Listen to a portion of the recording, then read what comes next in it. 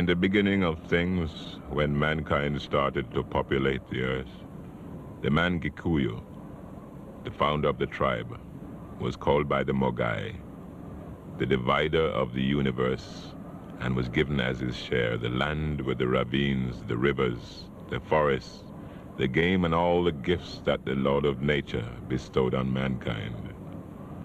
At the same time, Mogai made a big mountain, which he called Kenyatta, as his resting place when on inspection tour and as a sign of his wonders. It is probable that Kenyatta, or Mount Kenya, wasn't seen by a white man until the middle of the 19th century. This part of the world was one of the last to be discovered by Europe. Even the slave trade had left it fairly undisturbed. On the sweeping highland plains, great nomadic tribes lived with their herds. In the fertile hills, the planters reclaimed the land. Different peoples lived side by side, now in contact, now in isolation, now in conflict, now in cooperation. Jomo Kenyatta was born into this world at the very moment it began to crumble.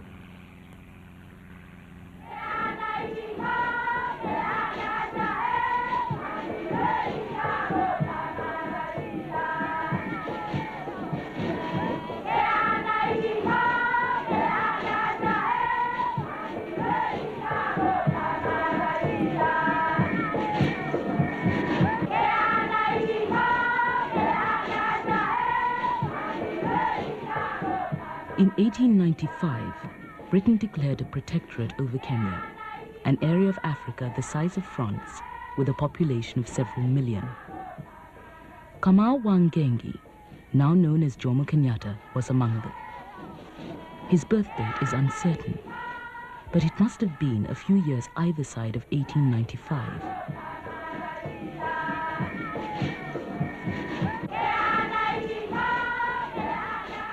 As a boy, I received the usual education of Kikuyu boys. Following the tribal custom, I had to pass through several stages of initiation, and can therefore speak from personal experience of the rites and ceremonies.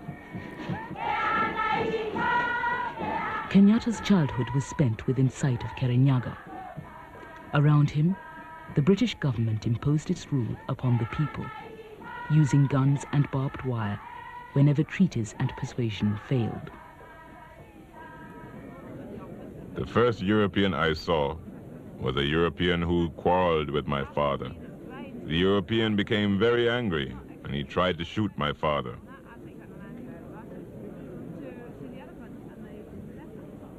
When the European comes to Gikuyu country and robs the people of their land, he is taking away not only their livelihood, but the material symbol that holds family and tribe together.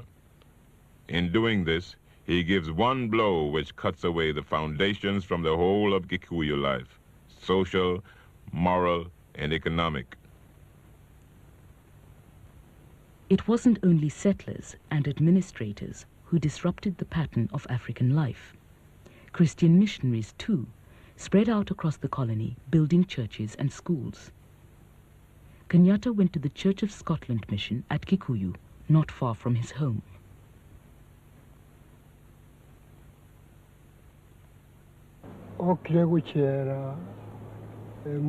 He had trouble with his leg, and while he was in the hospital here, he came to like education.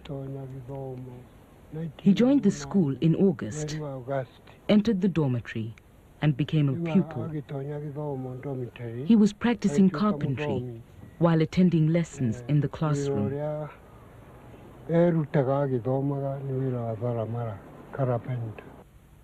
As far as religion was concerned, the African was regarded as a clean slate on which anything could be written.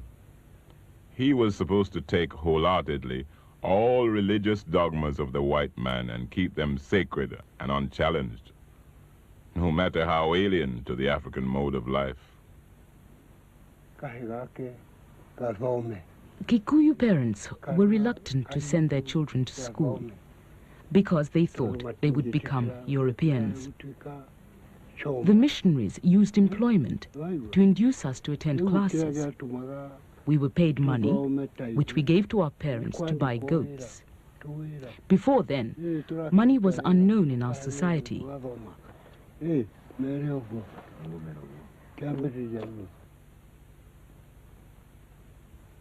Kenyatta emerged from the mission in 1914 with a new name, a Christian name, Johnston. Known as K.N. Johnston or Johnston Kamau, he set out on the career for which he had been prepared, a minor servant of the colonial economy.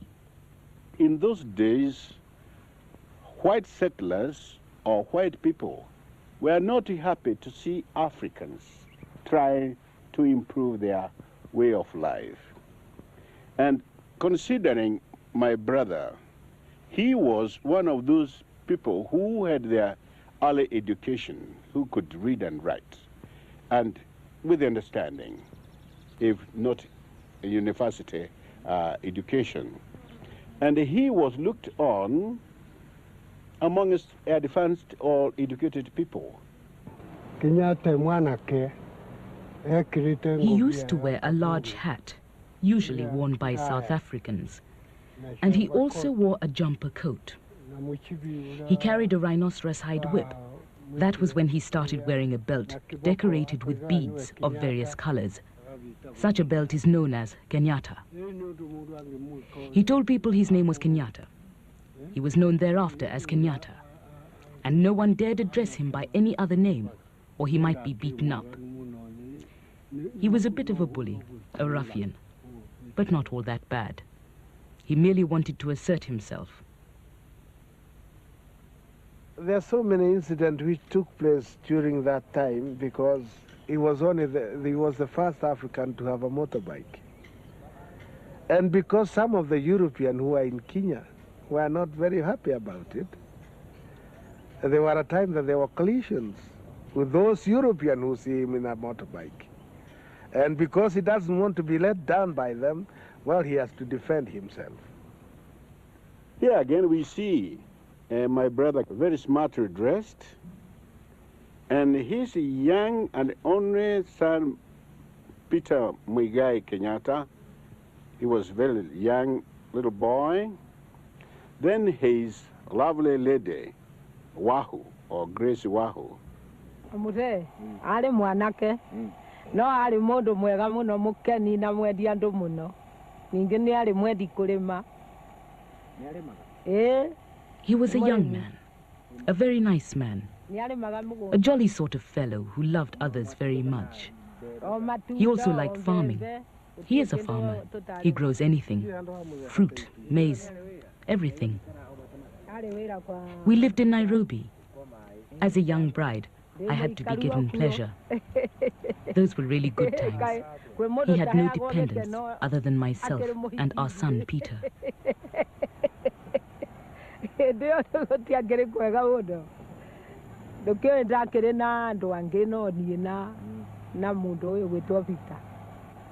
know that my father hated discrimination, and again he was very active in doing things properly to show that even an African, although he's black or what, he can do exactly as what a European can do. There certainly are some progressive ideas among the Europeans. They include the ideas of material prosperity, of medicine and hygiene and literacy, which enables people to take part in world culture. But so far, the Europeans who visit Africa have not been conspicuously zealous in imparting those parts of their inheritance to Africans, and seem to think that the only way to do it is by police discipline and armed force.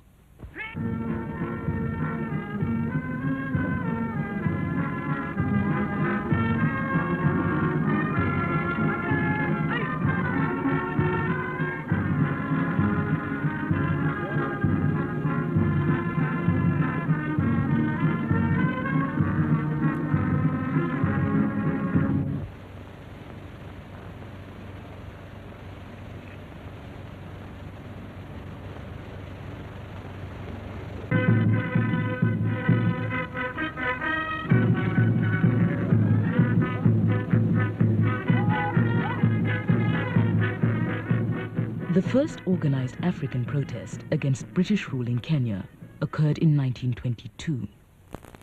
Harry Thuku, another young man of the same generation as Kenyatta, and with a similar background, spoke out against the alienation of African land for the exclusive use of white settlers, against the low level of African wages, and against the native registration system.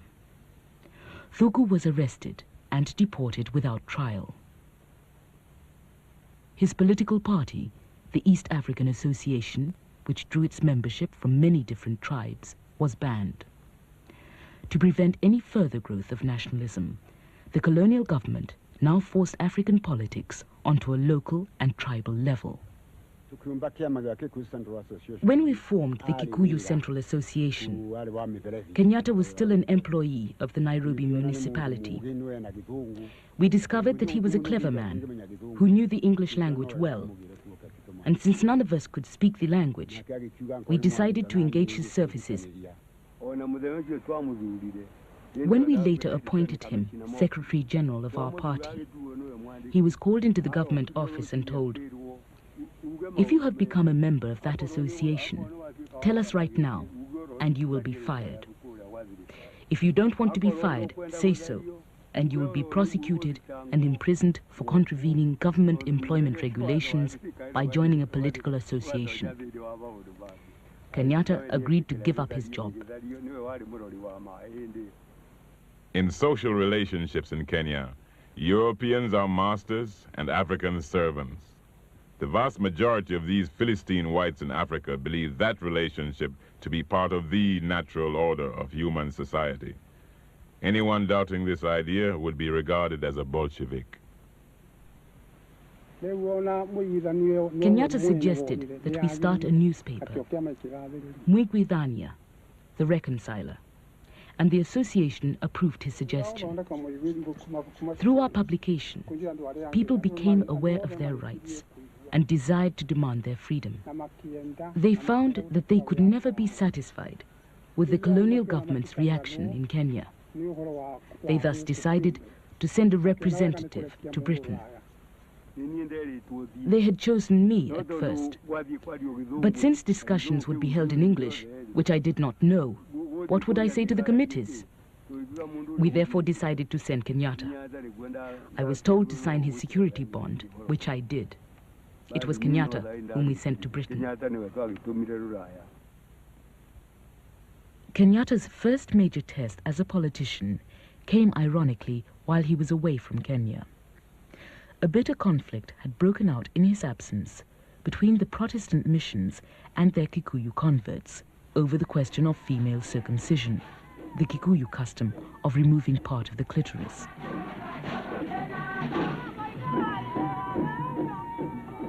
We were told that if we wanted to remain in the church, we should stop circumcising our girls. We objected to this because it was a sacred Kikuyu custom which could not be obliterated arbitrarily.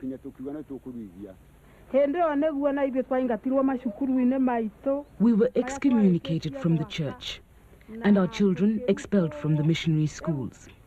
And we had built many of the schools and churches ourselves.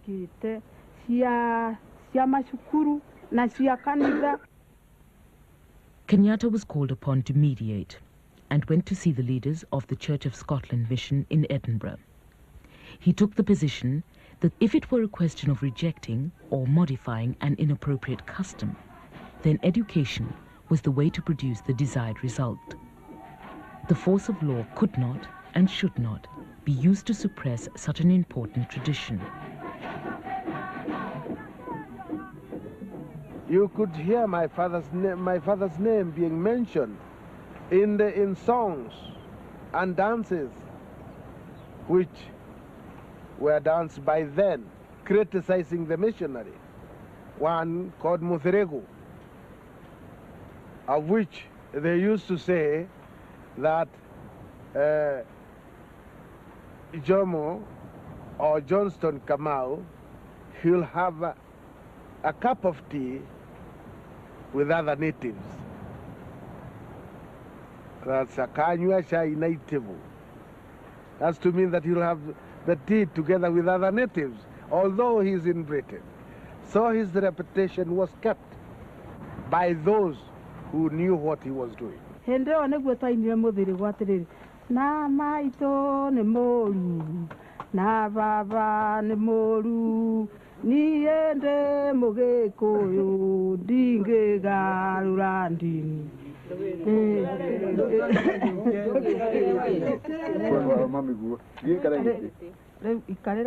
The government, on the other hand, looked upon the KCA as unrepresentative of African opinion, and upon Kenyatta as an already dangerous agitator.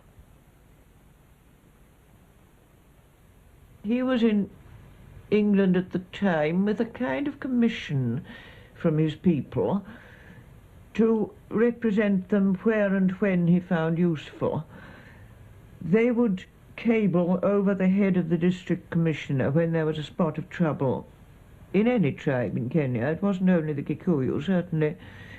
And Jomo would decide the right thing to do about it, whether to lobby members of parliament or write letters to the newspapers or mention it in public meetings.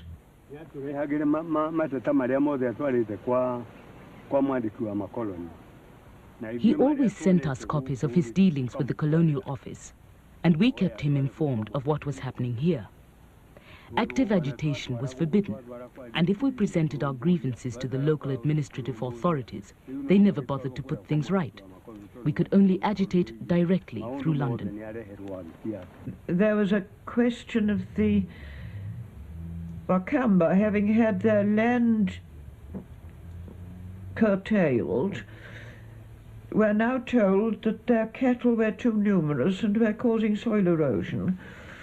Incidentally, Libby's had set up a canned beef factory on the edge of the land, and it was very convenient to have the cattle slaughtered.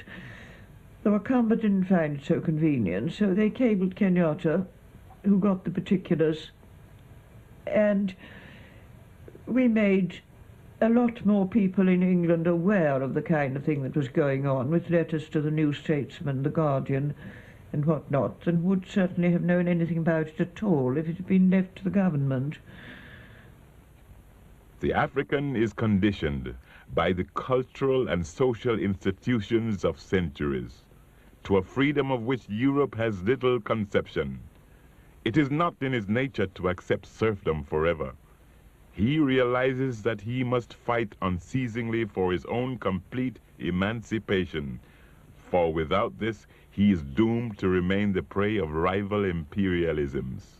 Britain transplants her institutions and functionaries with her flag, and when the acting governor opens the new law courts, Whig and judges' robes uphold the dignity of the occasion, and the Chief Justice makes a suitable oration. The garden party at Government House is the social event of the celebrations, which exhibit a characteristic temper of intense loyalty. All Europeans as such, and however uneducated, have votes. No African, however educated, has one. The education of all African children is restricted to what these European exploiters believe to be good for them. For instance, how to pick coffee with two hands. If you want winter sport unspoiled by organization and regimentation, you want to go to darkest Africa for it. You may not believe it, but there it is. Mount Kenya in the background, and we're going to try a bit of skiing practically on the equator. Ladies and gentlemen, you are about to witness the All-African Skiing Championship. Now the experts show how it's done. Bright fellows who, before they took to Empire Building, did a spot of winter holidaying in Switzerland.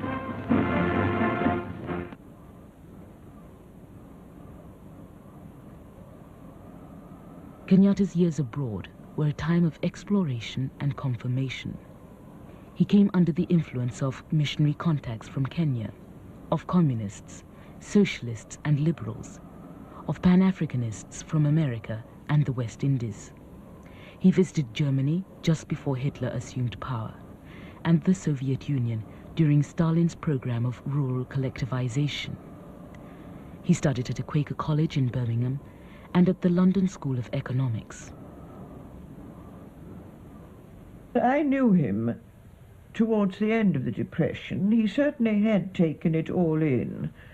One discussion I remember with some people in my flat who were taking the line that Africans were not civilized and pointing out as a mark of their barbarity the polygamous habits of the Kenya Africans. Jomo retorted, which is the more civilized, 50 wives or a hunger march? This was the kind of way that he'd seen England, with, I think, with an anthropologist's eyes.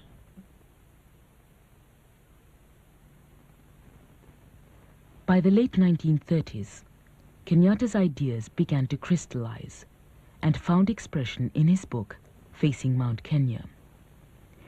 It was as much a political indictment of colonialism as an affirmation of the strength of traditional Kikuyu culture. In many ways, it was his declaration of independence as a nationalist. I am well aware that I could not do justice to the subject without offending those professional friends of the African who are prepared to maintain their friendship for eternity as a sacred duty, provided only that the African will continue to play the part of an ignorant savage, so that they can monopolize the office of interpreting his mind and speaking for him. To such people, an African who writes a study of this kind is encroaching on their preserves. He is a rabbit turned poacher.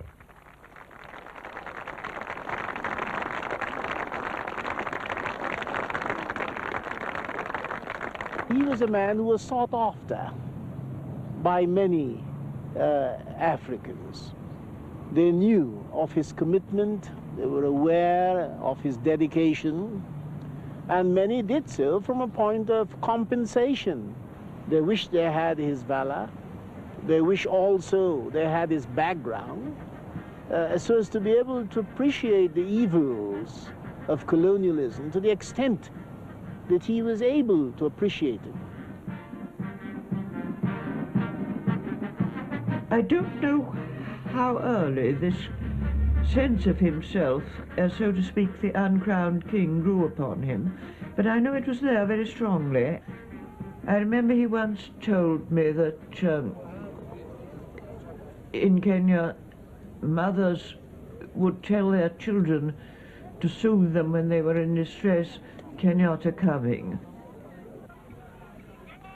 Kenyatta's prospects for returning to Kenya were negligible by the time the Second World War began. His KCA colleagues, as well as the leaders of several other political parties, were detained without trial in 1940. Kenyatta's efforts to reform the political situation in Kenya by pressuring the British government in England appeared to have had no success. He moved out of London to Storrington, a Sussex village 40 miles to the south. He was absolutely cut off from supplies and almost absolutely from correspondence.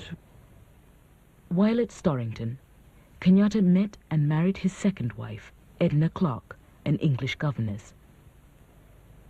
I think Edna encouraged him a great deal to take a job, and he took a job as a farm labourer. He got on famously with the other farm labourers. He worked harder, I should think, than any normal Englishman did, though I must say at the end of his first week he came home and told me that he hadn't known that English people could work as hard as his labouring friends did. He'd never seen them do anything like that in Kenya, you see.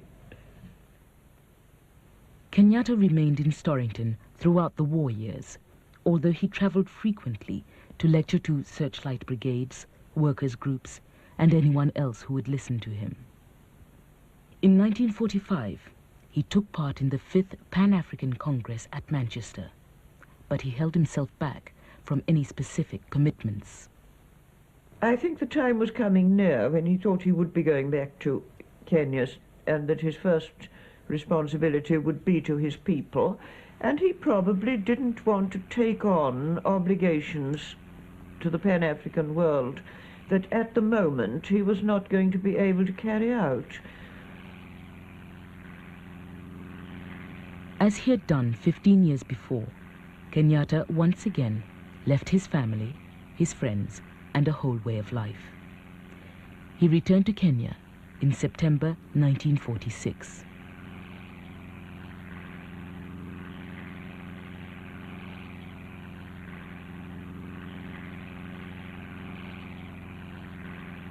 Kenyatta's first concern, however, when he had settled down, was not with politics, but with education. 7 months after his return, Kenyatta became principal of the independent African Teachers College at Githunguri. He also married again.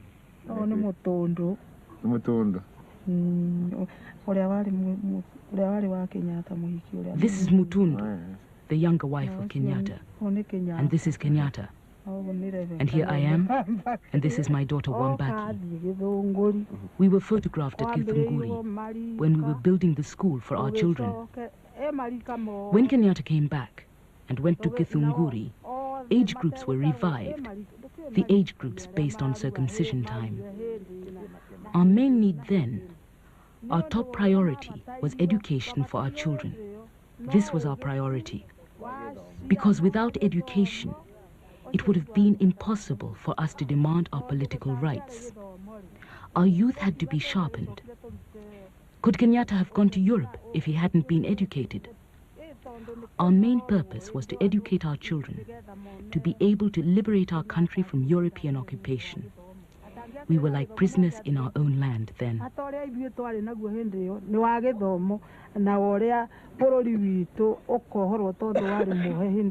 Kenyatta had returned at a moment when the climate for African politics seemed to be improving.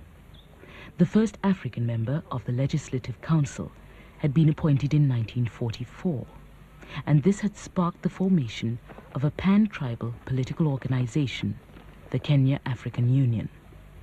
Nothing like this had existed in the 1930s.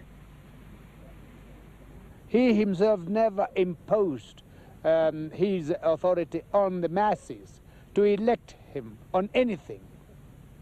He left them to choose, and in a very big meeting in Kaloleni Hall, where I presided, they unanimously elected him the president of the party. People respected him for the work he was doing for the country, not only for the Kikuyu, but for the country as a whole. And he was not speaking for Kikuyu, he was speaking for the Kenya as a whole. And through that, people came to consider him a man who is serving his people. At political rallies attended by tens of thousands, Kenyatta exhorted his followers to work hard, to be honest, to avoid theft and corruption, and so prepare themselves for self-government. There was a feeling in the time, particularly when Muzee's returned, that we were making headway. They had tremendous confidence in him. They still have. And they saw in his movement and his speeches throughout the country that the future was brighter than ever. Kenyatta's basic belief in constitutional politics did not waver during this period, in spite of pressure from some of his colleagues. In 1951 and 52, as other leaders began to go underground and to consider more militant tactics, Kenyatta held a series of meetings to denounce violence and Mau Mau. The Kenya African Union is not a fighting union that uses fists and weapons. If any of you here think that force is good, I do not agree with you. Remember the old saying that he who is hit with a club returns, but he who is hit with justice never comes back. The strength of these denunciations brought him, at one point, into direct confrontation with the underground leaders, who warned him to temper his criticisms of their movement. The settlers, on the other hand, singled him out as a dangerous agitator who ought to be deported. In August 1952, they called for Kenyatta's arrest and for the declaration of a state of emergency. He really came to attention because of these enormous mass meetings and the tremendous demagogic power he had over the Kikuyu people, and his ability really to make them do exactly as he wished or project his ideas into them. That's really why he came to attention. 2 months later, in an atmosphere of panic, Kenyatta was arrested and charged with managing and being a member of an illegal society, Mau Mau. His trial went on for 5 months, while outside the courtroom, the British Army and Air Force and the Kenya police and settlers launched a bitter war against the Kikuyu. The reason for our arrest was not Mau Mau, but because they think we are going ahead uniting our people to demand our rights. The government arrested us simply because when they saw we could have an organization of 30,000 or 40,000 or more Africans demanding their rights here, they say, we've an excuse, Mau Mau. The trial was a very difficult trial because the British government had already, the Kenya government had already decided Mr. Kenyatta was guilty, and it was just going through the form of a trial to convict him. The trial was held at Kapenguria, which is about 30 miles from Kitale. It's a little village, and it was held in a schoolroom. And we had to motor every day 30 miles and back again in the evening. We couldn't stay in the only hotel in Kitale, which was reserved for Europeans at the time. We found it very difficult because the government had access to all the witnesses they needed. They actually had a camp in Kapenguria where the government witnesses were housed and coached. We had to get our witnesses from various parts of the country. And it entailed every evening ringing Nairobi and asking our people here to arrange to find these witnesses and send them to Kapenguria. Naturally, the government, our line was tapped all the time, and they knew who we were after. And we invariably found that when we went to look for this witness, he disappeared. He was not available anywhere.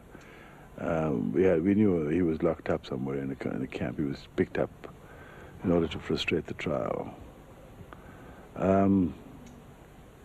The judge who was conducting this trial had retired, but he was brought in specially for this case. He was well known to be anti-African, and the irony of it is, after he passed judgment that morning, he had to leave the courthouse in an armored car and was not seen in Kenya again. You, Jomo Kenyatta, stand convicted of managing Mau Mau and being a member of that society. You have protested that your object has always been to pursue constitutional methods on the way to self-government for the African people, and for the return of the land which you say belongs to the African people. I do not believe you. On April the 8th, 1953, Magistrate Ransley Thacker sentenced Kenyatta to 7 years imprisonment with hard labor, and recommended that he be restricted afterwards. Kenyatta was, in other words, never to be allowed to return to political life. Already well into his 50s, Kenyatta served his time at Lokitong, an isolated desert outpost in the arid north of Kenya.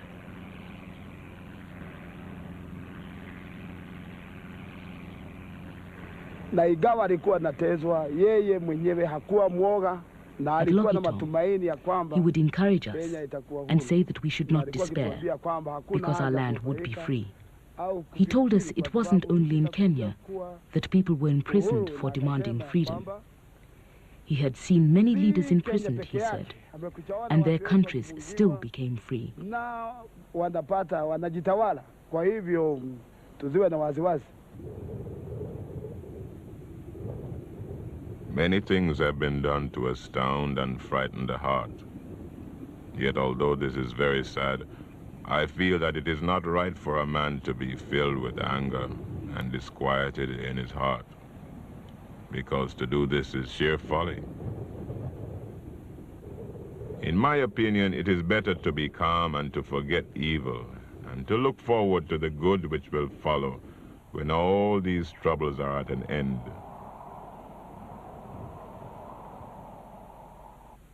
In the concentration camps, set up to hold the tens of thousands of detainees picked up in the course of the emergency, Kenyatta became the symbol of resistance and the object of a brainwashing campaign designed to eliminate him forever from the consciousness of Kenya's Africans.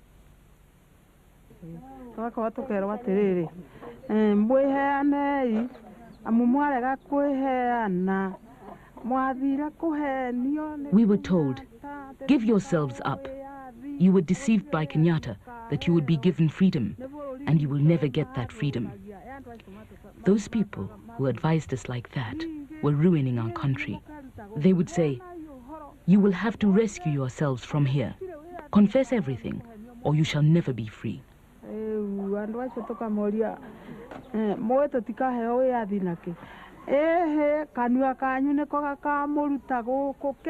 do you know we shall never get our freedom, we asked. Never, they said. It is only your mouths that will save you from here. That Kenyatta of yours deceived you. You will not see independence.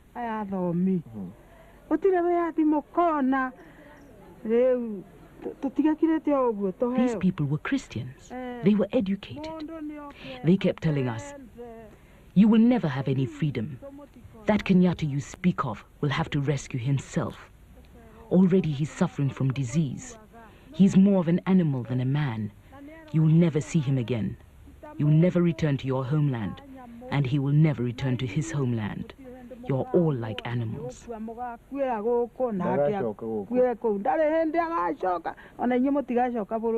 This is what we were told. And we still see the same people today. Yes, even today, they are still with us.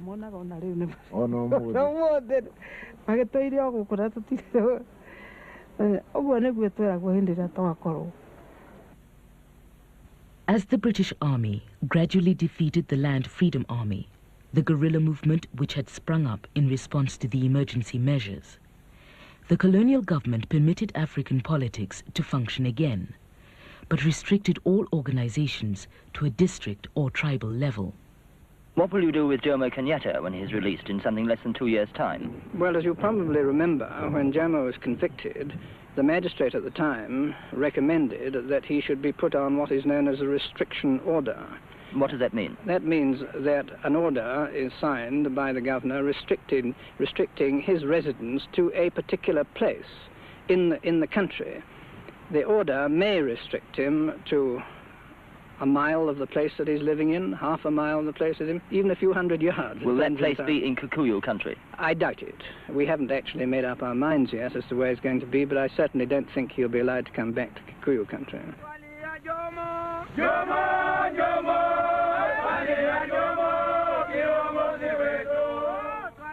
But in spite of the rise of a new generation of politicians, most of those who had worked with Kenyatta in the past remained loyal to him, as the European minority took to itself the right to decide who was or was not acceptable as an African leader. Jomo Kenyatta is the father of the African nationalism and the African national movement in this country.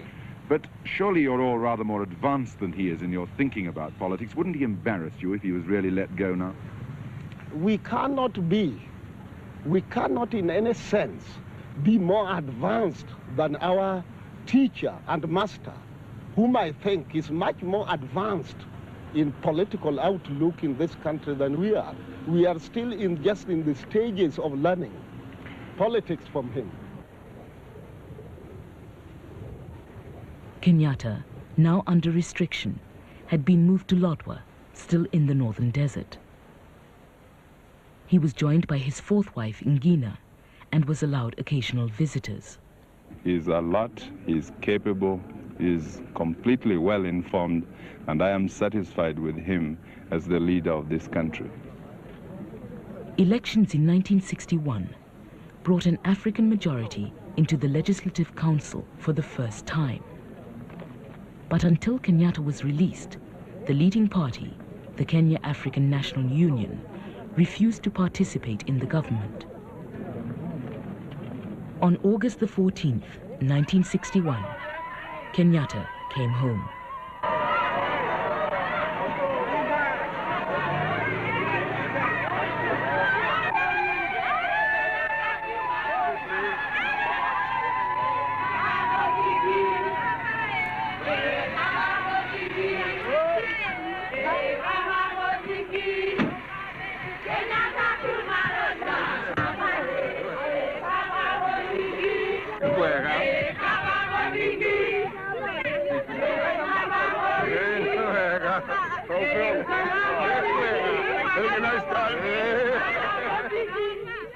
So many people came because the news just spread out like wildfire. And they tried to speak to them. And I remember his first few words. He said, "I am very happy to be back with you, my people." And after that, pandemonium broke out, and nobody could hear anything anymore because of cheering and laughing and dancing and everything that went on at Gatundu on that day.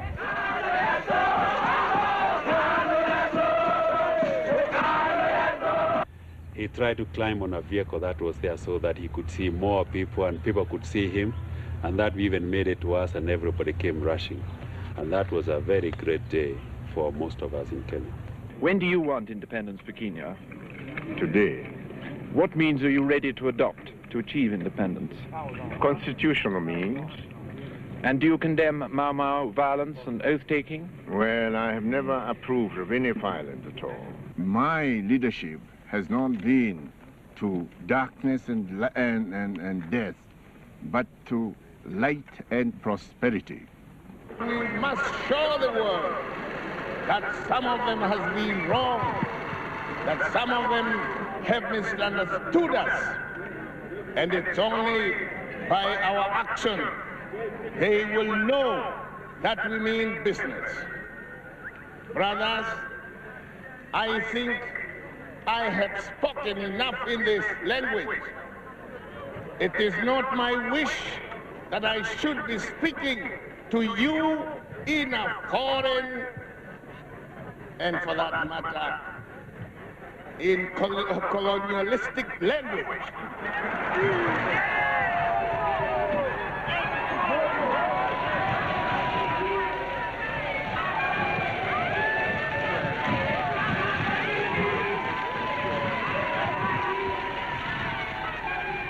This was a man who they had met for many years, and he had worked with them. He had stayed in their villages, and they just grew confidence, and there was nobody who could have replaced him as a leader in Kenya. As you know, even when he was in detention and we founded our new party, we still declared him as the president of that party, although we didn't know whether he was going to be released or not. And there was nobody in Kenya who could take the leadership from him. And now it only remains for me to present to you, Mr. Prime Minister, these constitutional instruments which establish Kenya's independence.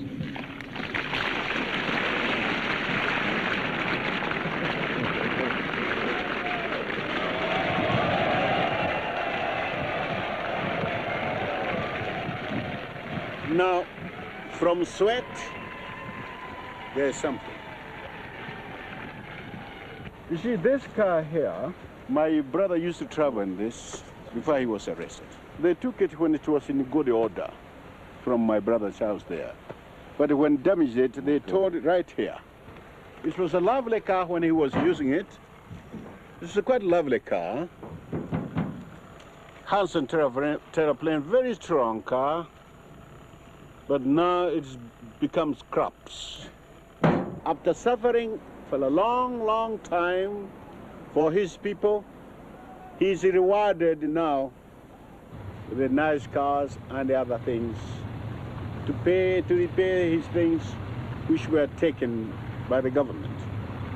You see, I don't think he was sorry that he was detained. I think he knew that God has plans for him. He didn't doubt about it. He always foresaw that God had plans for him. and to come back to help his people. As a man in power, Kenyatta surprised some of his old friends, as well as some of his old enemies. Just after he became Prime Minister, he went to Nakuru, in the heart of the old White Highlands, to address for the first time the white settlers. Some of you heard Kenyatta, you say, oh, that's a horrible man, I wouldn't like to see him. He's a horrible man. But here I am, ladies and gentlemen. I am just a human being like yourself. If I have done mistake to you, it's for you to forgive me. If you have done to me, I say it's for me to forgive you. I think some of you have been maybe worried what will happen if Kenyatta comes to be the head of the government. He has been imprisoned. Maybe he has been given trouble. Well, now let me set you to rest that Kenyatta has no intention whatsoever to look backward. We are not going to look backward. We are going to forgive the past.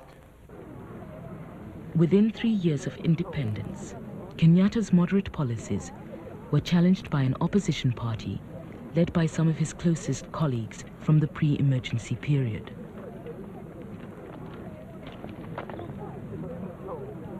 No one, not in my position, can appreciate the feeling of sadness at this parting with my old friend and comrade, Mzee Kenyatta.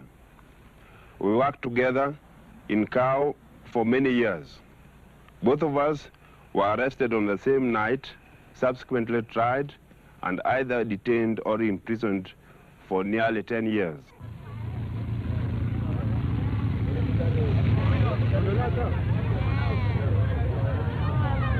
Three years later, the opposition party, the Kenya People's Union, was banned. Oginga Odinga, its president, and the man who had resurrected Kenyatta's name during the emergency, Bildad Kagia and Achieng' Oneko, who had been sentenced with Kenyatta at Kapenguria, and several other politicians, were detained without trial. Make no mistake, this has not been the orderly formation of a valid opposition party. There has been no cleavage based on the honorable division in terms of high political principle. Here we have met an endeavor which hoped to make such impact as to destroy national stability and deprive the people of their constitutional right. It has failed. I appeal to all people to rededicate themselves and work harder so that we can achieve our goal of complete economic independence. Thank you.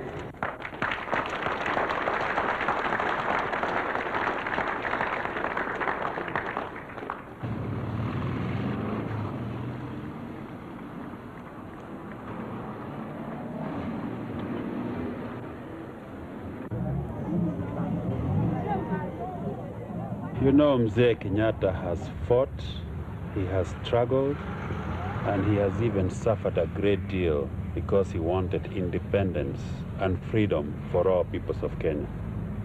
This in itself is very important. Besides, he has brought hope and pride to our people who have been oppressed in the past, to our people who have been colonized, and now they have elevated themselves to the status of other free human beings in the world.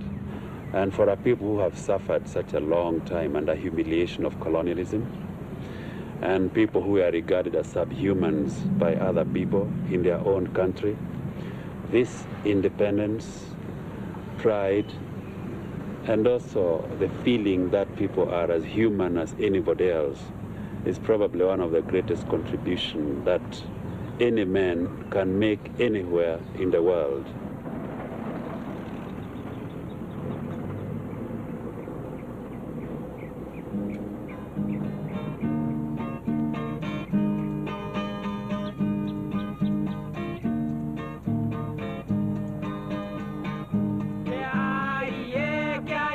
Kenyatta kererika na kyo yage shoro ge kanyua rosho mera moka